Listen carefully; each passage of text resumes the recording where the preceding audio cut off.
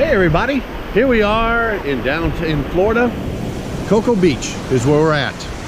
And as you can probably see, besides the bugs out here, we're on the beach.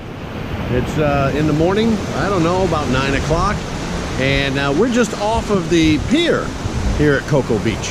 And as you can see in the back there, a little pier action. Yeah, not too bad. Got some people already coming out here. Beautiful day. And had a good time coming into Florida. And we're gonna be, my grandson and I, Mason, we're gonna be doing a updates of what we're doing down here in Florida for vacation for a week. We'll let you know. Today, we're starting out here on the pier, or just off the pier, and in the ocean. So, as a matter of fact, here comes Mason now. There's Mason, he's going into the ocean. So, what do you think so far, Mason? I mean, it's kind of cold, but I mean, it's so hot today out that it feels really good. Except that the water tastes really bad. Well, it's salt water. Yeah, it's probably why, because I've been going underwater. Well, go. Here we go. There goes Mason. He's going to hit the ocean. And there he is. All right. So like I said, we'll keep you updated what's going on around here. And as you can see, we're going to have a good time. There you go.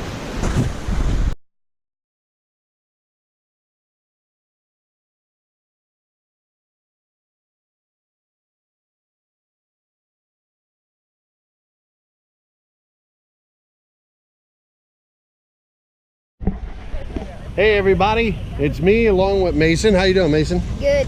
And where are we at right now? We are at NASA. That's right, we're at NASA, Kennedy Space Center. And here's our newest member, Grayson. Say hi, Grayson. Hi, Grayson. Anyway, we're out here, and behind us is the original clock that counted down all the spacecraft from the Saturn V and Apollo missions all the way through the Shuttle missions. And that's what we're standing in front of. So when you saw, you know, the launches from TV, you got to see the clock they'd always show you. And this is what I grew up watching, was this exact clock that for the countdown. So what we're gonna do is we're gonna go ahead and we're gonna tour the complex, and we'll let you know what we like, what we don't like, and go from there. So come on, join us, right, Mason? Yeah. Say, come on. Come on. Come on. All right, space nuts. Mason and Grayson are now inside a capsule. Tell us what this is about and what it feels like to be an astronaut, Mason. You have to be in tight spaces, and you have to fly, and you have to like kind of like move around in space in really tight spaces sometimes. And Grayson happens to be the map reader of this Apollo space program. And where are we at, Grayson? We're at Space Shuttle, and this and NASA. At NASA. You got it. So here's something for the kids that they can play on when they come out, when you first make your way in. As a matter of fact, right there's the entrance. Make your way in over to here. And then, of course, we're right here. And we've got some people here. Hi, you must be visitors. What do you think of NASA so far? Well, we're from Wyoming. Uh-huh. Yeah. And so we were shooting for Disney World, but then we got detoured here. Someone said Mickey this way, and I still haven't seen him. So. Aren't you that YouTube sensation from Alaska? Why, yes, I am. Debbie Denali, or Denali Debbie, Denali I think it was. Debbie, Yes. Yes. Oh my gosh, and who did you bring with you, Denali Debbie? I brought my daughter, Cool Kristen. Oh, hi, cool, K. Kristen. With a K, nice. So as you can see, it's amazing the people you meet here at the NASA complex. All right, we're gonna keep going. We'll let you know how Mason and Grayson make out as well.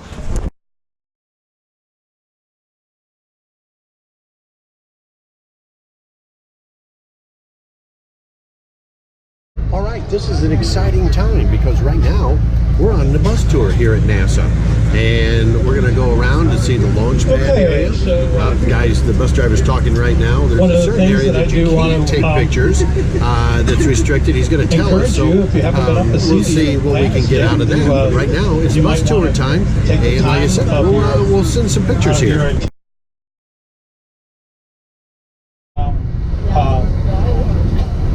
I'm going to show you.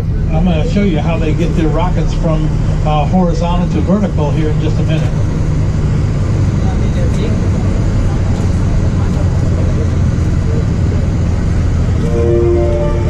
Here we are at the home of the most historic launch pads in the world.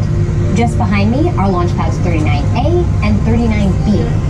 These two pads launched every single space shuttle mission to assemble and service the International Space Station, to launch the Hubble Space Telescope, to deploy satellites, and to conduct scientific experiments.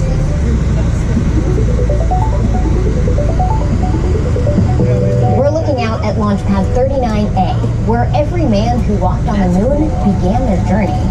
82 space shuttle missions also launched from right here. Looks like there's about 3 rockets inside there. It's been transformed to accommodate a private space organization. Can you guess? SpaceX, the venture started by tech entrepreneur Elon Musk in 2002, signed a 20-year lease for the use of Pad 39A. You may have watched their Falcon Heavy test flight, the one that sent the Tesla Roadster into space.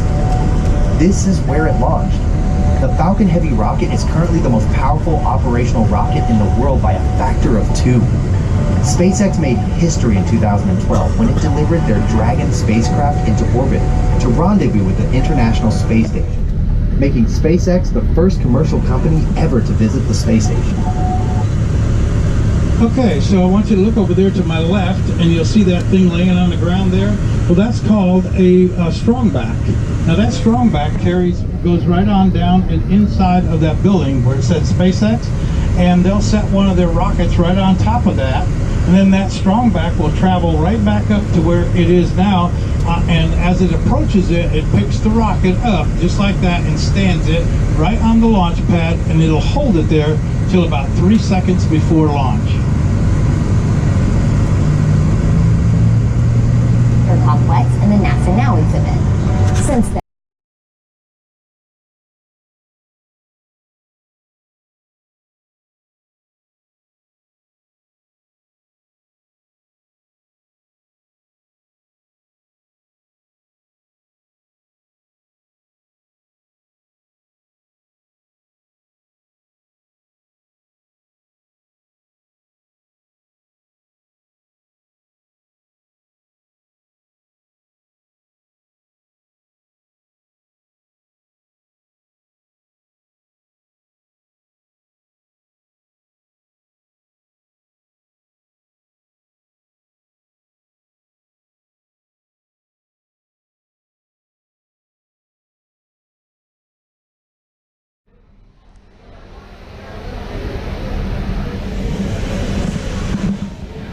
Pretty cool. Just came off of the bus, going to the launch pad, seeing SpaceX and where the next generation of the rockets are going for launching from Mars as well as the moon. Now we're in the Apollo building, getting ready to go inside to check out the SpaceX, I was going to say wrong, the Saturn V rocket, and of course the lunar modules and things of that nature, and hopefully we'll get to talk to an astronaut.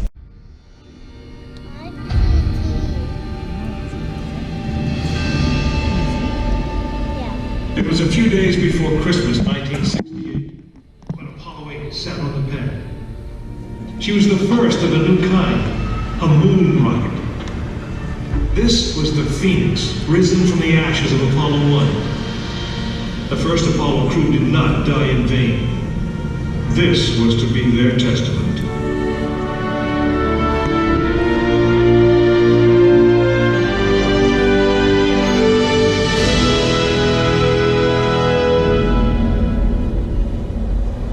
Stories high, she had been fully fueled throughout the night.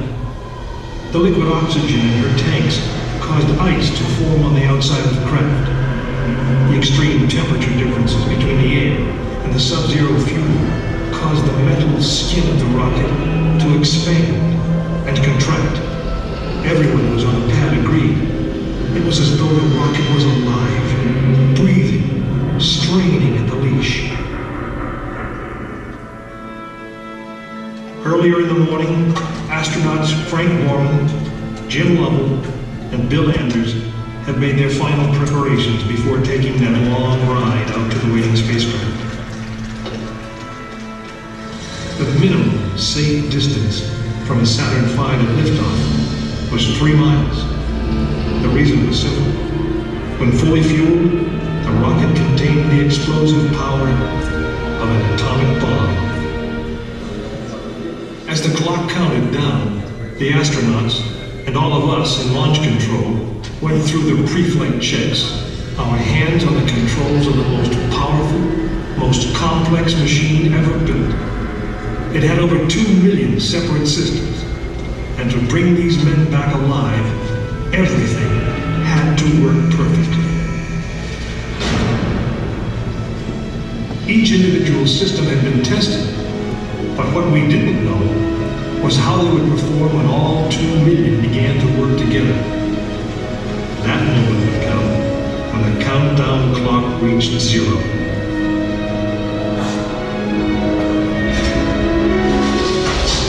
If a maneuvering thruster failed, if communications broke down, if navigation was off by 1 degree, if any piece of the miles of wiring, circuits, relays, or valves was defective, Frank Borman, Jim Lovell, and Bill Anders would pay with their lives. As they sat, waiting for launch on that chill December morning, these 3 astronauts were back to what they had always been, test pilots.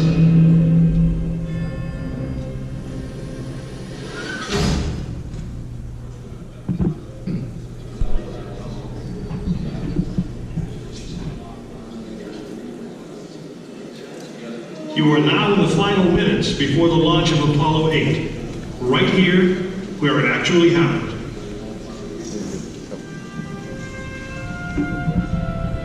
Mankind is about to leave his planet behind and journey to another.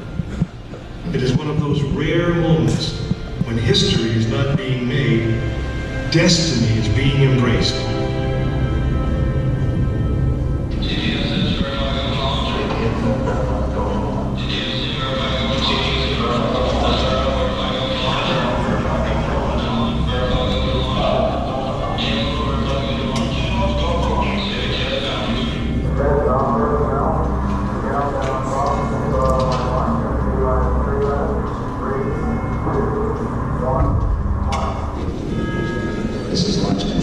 T-minus 3 minutes and counting.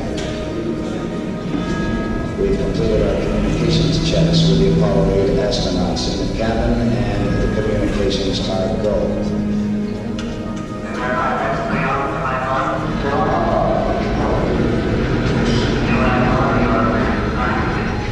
During this period, once we do get the firing command, the various tanks within the 3 stages of the Saturn V launch vehicle begin to pressurize. We have firing command. The firing command is in. We're now on the automatic sequence. T-minus 2 minutes, 20 seconds.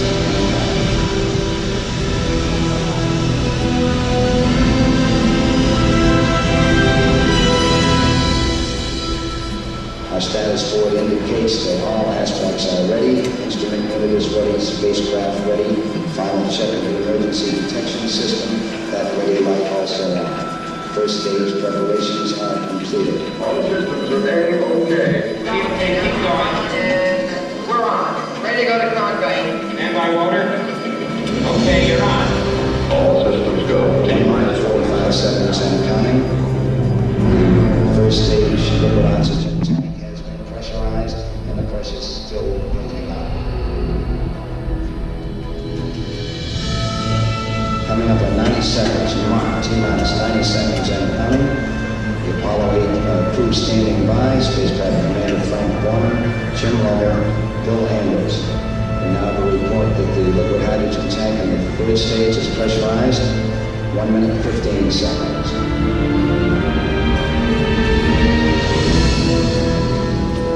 All third stage propellants pressurized at this time as we come up on the 60-second mark on the flight to the moon. T-minus 60 seconds and counting. The vehicle now is completely pressurized. We're coming up on a power transfer shortly.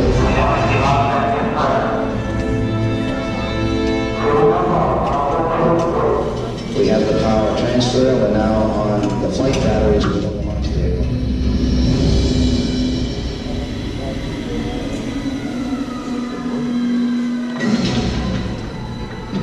Final reports coming from Frank Borman at this time.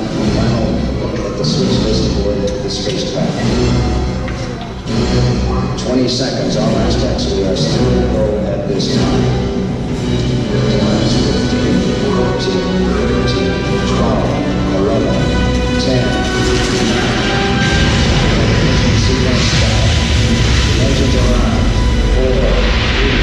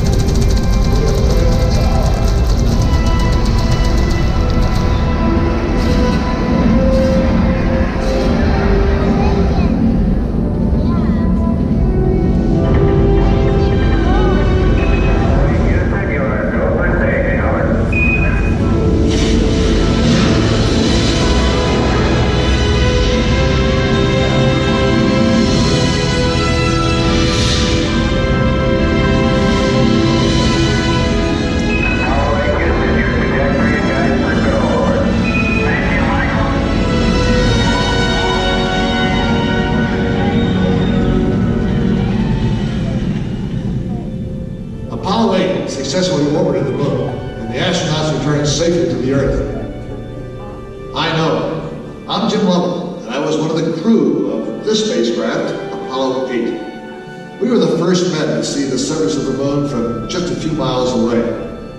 But it was the hundreds of thousands of men and women who worked in the team, and the millions of people who supported the mission that really made it possible. That way, I guess, we all went to the moon. Now, on the other side of those doors, you'll find an actual Saturn V moon rocket. It's still the most powerful, the most complex machine ever built. And I guess it's the only one that can take you to another planet. I actually got to fly one on a second flight to the moon called Apollo 13. But that's another story. Well, we're inside the Apollo building right now, and as you can see, there's the Saturn V rocket. Also, I've noticed is how they've got all the, of course, as I look, each Apollo that went from Apollo 11, 12, all the way through 17 up here is what they've got. And of course, this is the Saturn V. From this point here on back is the first stage that would fall off, and then of course you've got stage 2 and more of the booster rockets. And the thing, if you want to take note, is look at the mechanics on this as far as the wiring, the engines, and this is all man-made. And this is not during the era of today where you had computers, you've got well, I guess just computers doing all your work. I mean, this was all done by hand, every bit of it. Pretty wild. Mason, any comments today on the Saturn V and what you saw? I mean, not really. He's not excited like I am. Be quiet. There's a man walking there, man, astronaut. Not really. Just showing you. But let's go under here and take a look at this. Again, think about it. Think about how they designed this, how many years it took.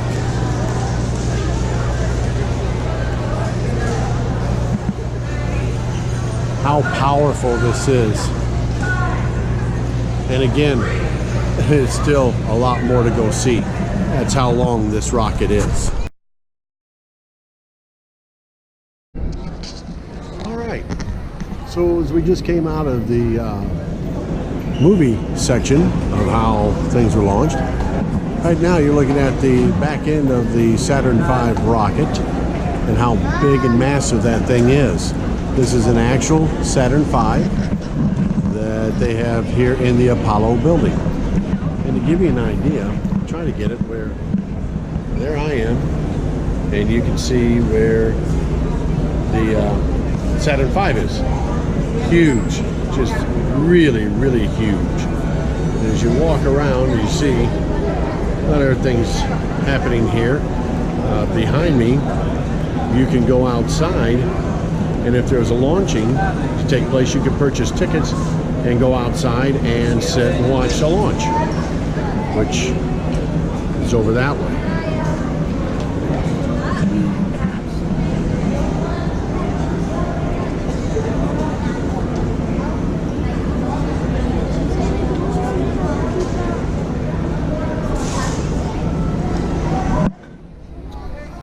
Okay, here's Grayson.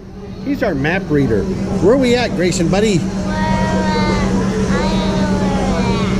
Well, let's look at your map. Show everybody your map. All right, let's show them the map, bud. Okay, there's Grayson's map. He's been telling us where to go today. Good job, dude. All right, tell him you're at the Saturn V rocket building. I don't know how to say it. Saturn V rocket building. Good job. All right. Are you hungry? No. Are you thirsty? No. Gotta go to the bathroom? No. Does Mason? What? What? What? Oh, look, here's our friends. Cool Kristen and Denali Debbie. Hi there. Oh, things are clean this time. That's good.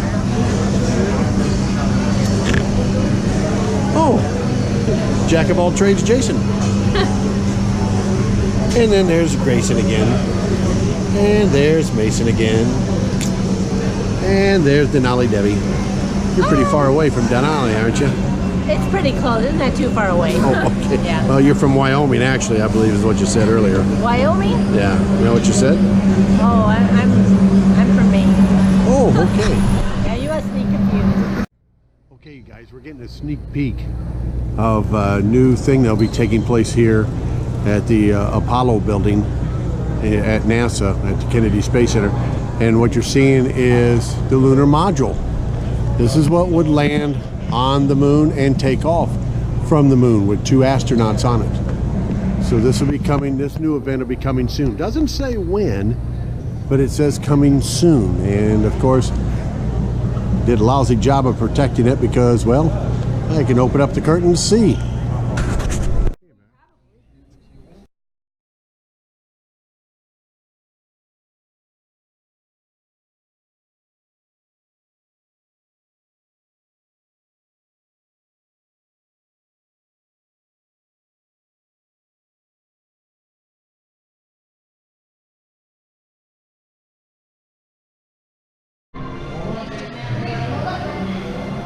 All right, so we're making our way to see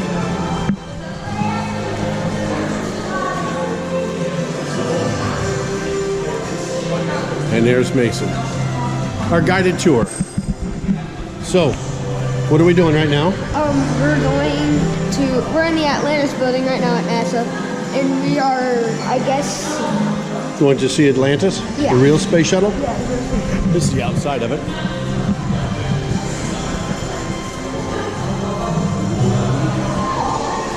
And then we come to a stop. So Mason and I have been doing this, but he stays on the other side of the camera. He doesn't get over here, say. You want me to? Oh, Nana's running the show. So what do you think of NASA so far? Tell me what you've learned, what you've seen. Well, I've seen Launchpad 39A and B. Yeah. I've eagle's nest at Kennedy Space Center. Were there eagles in it? No. Oh, where were they? Did they go out for lunch? I think she said they were gone or something. They went up north. Now the next launch is scheduled for when? Quit jumping around. June 22nd. Oh yeah. SpaceX. You're going to kick the people behind you, son. Good afternoon. And welcome to Space Shuttle. All right. So we've made our way from that little section into here, and this is Space Shuttle Atlantis. Just before we see it. I don't know if you can see me, but this is pretty cool.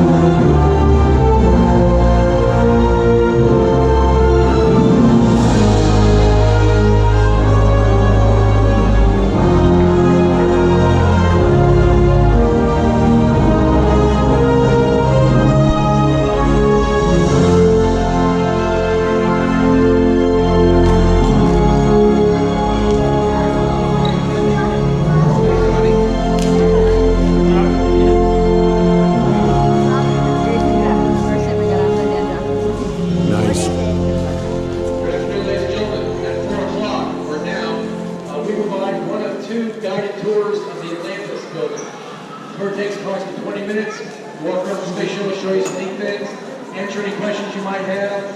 The price is right, it's free. It only comes with one guarantee. We guarantee that you'll know more leaving the building than you did entering the building. So I know one lady wants to go look at you on that. If we're going to go along, we'll leave here and take your pictures of yourself.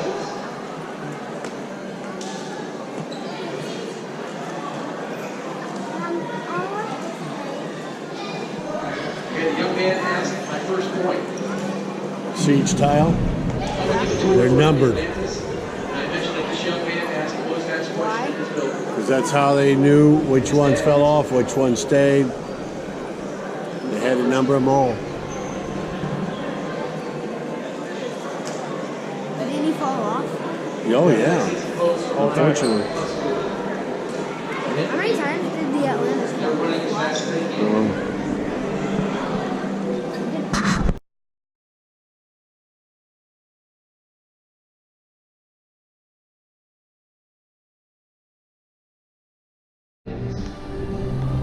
This bottom part we entered into the hatch is called the middeck. And that is comparable to size of a large walk-in closet. Matter of fact, when this thing was operational, if you stuck your head in there on the right-hand side, you'd be looking right at the toilet, which is called the waste containment system. And then so that was their living room, their bedroom, their kitchen, and their bathroom, and their gymnasium, and their TV studio. And the longest that any astronauts just stayed aboard the space shuttle itself, not going to a space station, but just staying aboard the space shuttle, was just over 17 days. 5 astronauts, 4 men, 1 woman. No, it wasn't with Ann Fisher, no. So, you know, when they launched those 5 astronauts, 17 and a half days, when they launched, they were best friends. When they came back, they were barely friends. So imagine 5 of you going together in that amount of space. So normally that's where 3 astronauts would sit during the launch and landing. So what is the most number of astronauts who ever flew on a space shuttle mission? 8. Okay, very good. So the most they ever flew was 8. The least we ever flew aboard that, we saw it in the Columbia video, where we did several of those missions to get experience with working with the Russians on a space station. And then later on, in the 2000s, we used it to dock with the International Space Station. That also was used as an airlock. If you look carefully, there's a big hatch on the bottom of it, and that's where the astronauts would exit out to go do the many spacewalks to assemble the space station, or go work on a Hubble telescope. And then the arms that I mentioned to you earlier, the Canadian-built robot arms. Why is there another arm on the other side?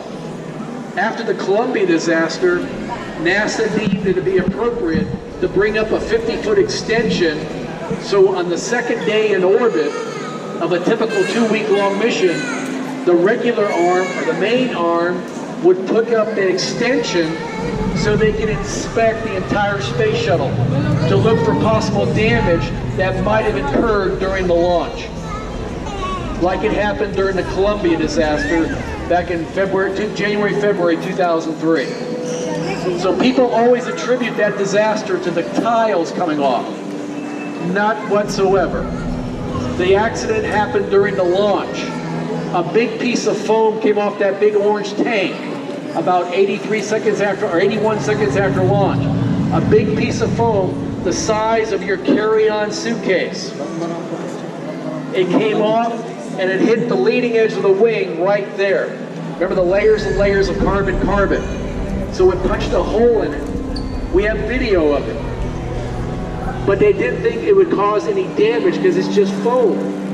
But the space shuttle was moving at about 500 miles an hour, and it struck that piece of foam and punched a hole in it. And we didn't know about it. There wasn't a problem going up. It wasn't a problem when they were in space for 16 days. It was a big problem during re-entry, and all those super hot gases went into the wing to literally cause it to melt off. So as it got over the skies of Dallas, Fort Worth, the wing finally let go, broke off, and the space shuttle lost control. Just to get the orbiter into orbit, That big orange tank separates, burns up in the atmosphere over the South Pacific Ocean or Indian Ocean. So after that, this is just extra weight. That's it. But the engines on either side of them, that's what they used while they were in space. Especially the big one above your heads and on the opposite side. If you saw that video of the Space Shuttle Atlantis coming back home, those are the two engines that they used to slow the Space Shuttle orbiter down. So therefore they're called the orbiter maneuvering systems. And yes, they used them during the launch to help a little bit of a boost. But more importantly, those are the engines they used to raise the Space Shuttle orbit to catch up with the space station. And then just as, or more importantly than anything, those are the two engines that slowed them down to get them back to Earth. And then after they slowed it down by just 200 miles an hour, gravity did the rest. So in order to land here in Kennedy Space Center in Florida, which they did 78 times, you had to start slowing down over Australia 1 hour prior. And when you initially, when you're coming back, yes, you use those thrusters like we talked about at the nose of the rocket to flip the vehicle around. But then as he starts getting in the thicker part of the atmosphere, now you have airplane-like controls. So there you see the big vertical tail above your heads.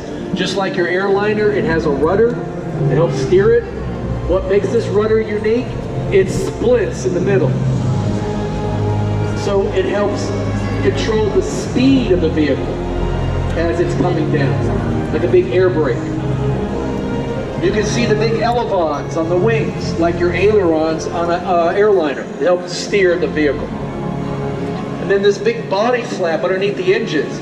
Yes, the body flap helped protect the engines during the launch, but more importantly, that big thing pivots to help provide pitch control of the Space Shuttle as it comes down. Now you are all aerodynamic engineers. But this is the largest, heaviest glider ever built by man. When it came back, it weighed 100 tons, and it glided in the atmosphere for approximately 4,000 miles. Ask your airliner captain to do that. It won't make it. And then there you see how the tiles are all dinged up back here. You know, a lot of it is kicked up during the launch, and then also during the landing. And so this thing, when it landed at over 200 miles an hour. That's about a little more than twice the speed of your airliner when it lands here. What helps it slow down? Just below the tail, there's a big square box looking structure. Some of you can see it, some of you can't. But that's where the drag chute comes popping out. That helps slow the space shuttle down. Also, it helps, it keeps it from swerving down the runway. Any questions? The future. NASA's art. This is what you would look like if you came back from space 33 times. Keep in mind, over 80% of those tiles, over 80% of them are the original tiles that were first used back in 1985. And a standard tile is like 6 by 6, with anywhere from 1 to 3 inches thick. If you were holding it in your hand, it would feel like an empty soda can. It's 90% air, 10% sand, with a layer of glass. Simply glued onto the aluminum or composite bubble. And there's approximately 28,000 individual tiles. No two tiles are alike. They're like snowflakes. That's why they have that data code. They can